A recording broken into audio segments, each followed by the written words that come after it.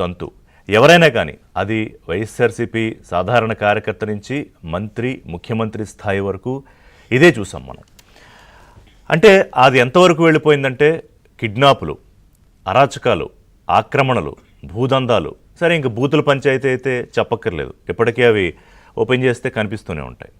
So ఎన్ని వంకర పనులు చేయొచ్చో, ఇంకా నేను లిస్టులో కొన్నే చెప్పాను, అధికారంలో ఉన్నప్పుడు ఎన్ని వంకర పనులు చేయొచ్చో అన్నీ కూడా ఆ లిస్టులో ఉంటాయి. కానీ కాలం ఎప్పుడూ ఒకలా ఉండదు, కాల మహిమ అని ఒకటి ఉంటుంది, అంటే టైం తిరుగుతూ ఉంటుంది. కూటమి ప్రభుత్వం అధికారంలోకి వచ్చిన తర్వాత పాపం పండింది.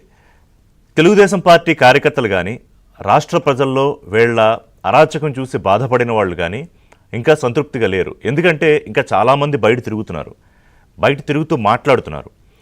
ఇప్పుడు చేస్తోన్న లేకపోతే కేసులు పెట్టి జైలుకు వెళుతున్న వాళ్ళు ఏదో ఉద్యమకారులాగా, పోరాట యోధుల్లాగా రాష్ట్రం కోసమో దేశం కోసమో పరితపించిపోతే వాళ్ళని అక్రమ కేసులు బనాయించి లోపల పెట్టినట్టుగా బాధపడిపోతూ వాళ్ళ కోసం మాట్లాడుతున్న బ్యాచ్ కూడా ఉంది.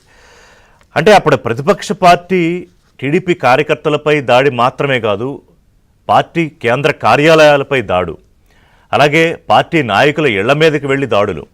సరే ఇంక ఇంట్లో వాళ్ళనైతే మాట్లాడిన మాటలు ఎంత తక్కువ మాట్లాడుకుంటే అంత మంచిది.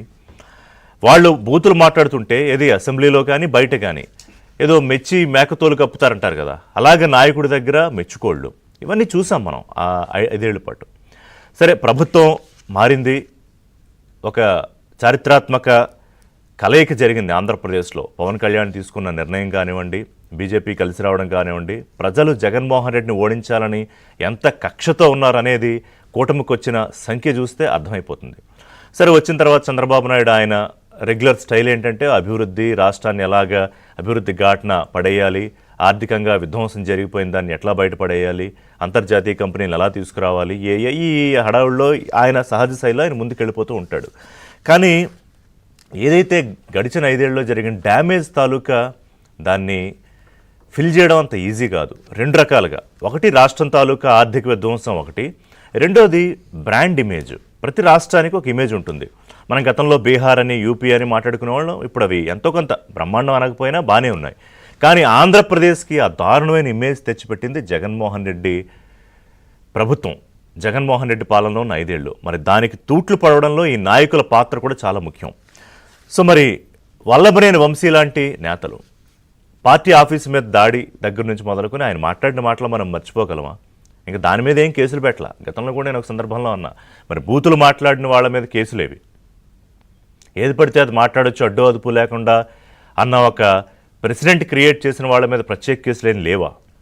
వల్లభనేని వంశీ అరెస్టు తర్వాత దాన్ని అరాచకం అన్నారు, అన్యాయంగా కేసులు పెట్టి అరెస్టులు చేస్తున్నాం అంటే గతం మర్చిపోయారు అనుకోవాలంతే, గజనీ సినిమాలో లాగా. సరే ఆ తర్వాత మరి కొడాలి నాని సంగతి ఏంటి? ఎందుకంటే అందగాళ్ళని 2 పేర్లు చెప్పారు జగన్మోహన్ రెడ్డి, మరి ఇంకో అందగాడు ఎక్కడున్నారు అని చెప్పి. సరే ఆయనకు కొంత ఏదో ఆరోగ్య సమస్య వచ్చిందని, మళ్ళీ కాస్త కోలుకున్నారని, మళ్ళీ అమెరికా వెళ్ళిపోతున్నారని కూడా వార్తలు వస్తూ ఉన్నాయి. అంటే ఇక్కడ చూసుకుంటే మీరు కొంతమంది జైల్లోకి వెళ్ళారు, కొంతమంది ఆసుపత్రిలోకి వెళ్ళారు, కొంతమంది మంచాల కింద దూరారు, కొంతమంది అసలు అజ్ఞాతంలోకి వెళ్ళిపోయారు. రొమ్ము విరుచుకున్న అనిల్ కుమార్ యాదవ్ లాంటి వాళ్ళు ఎక్కడున్నారో కనిపించట్లేదు. కాకాండి మరి ఎందుకు పట్టుకోలేకపోతున్నారో నాకు అర్థం కాదు. ఆయన సవాళ్ళు విసురుతాడు, హైదరాబాద్ వస్తాడు, ఇక్కడ మీటింగులు పెడతాడు, కానీ దొరకడు. సరే కొంతమంది విదేశాల్లో వెళ్ళిపోతున్న పరిస్థితి, కొంతమందిని పట్టుకున్నారనుకోండి.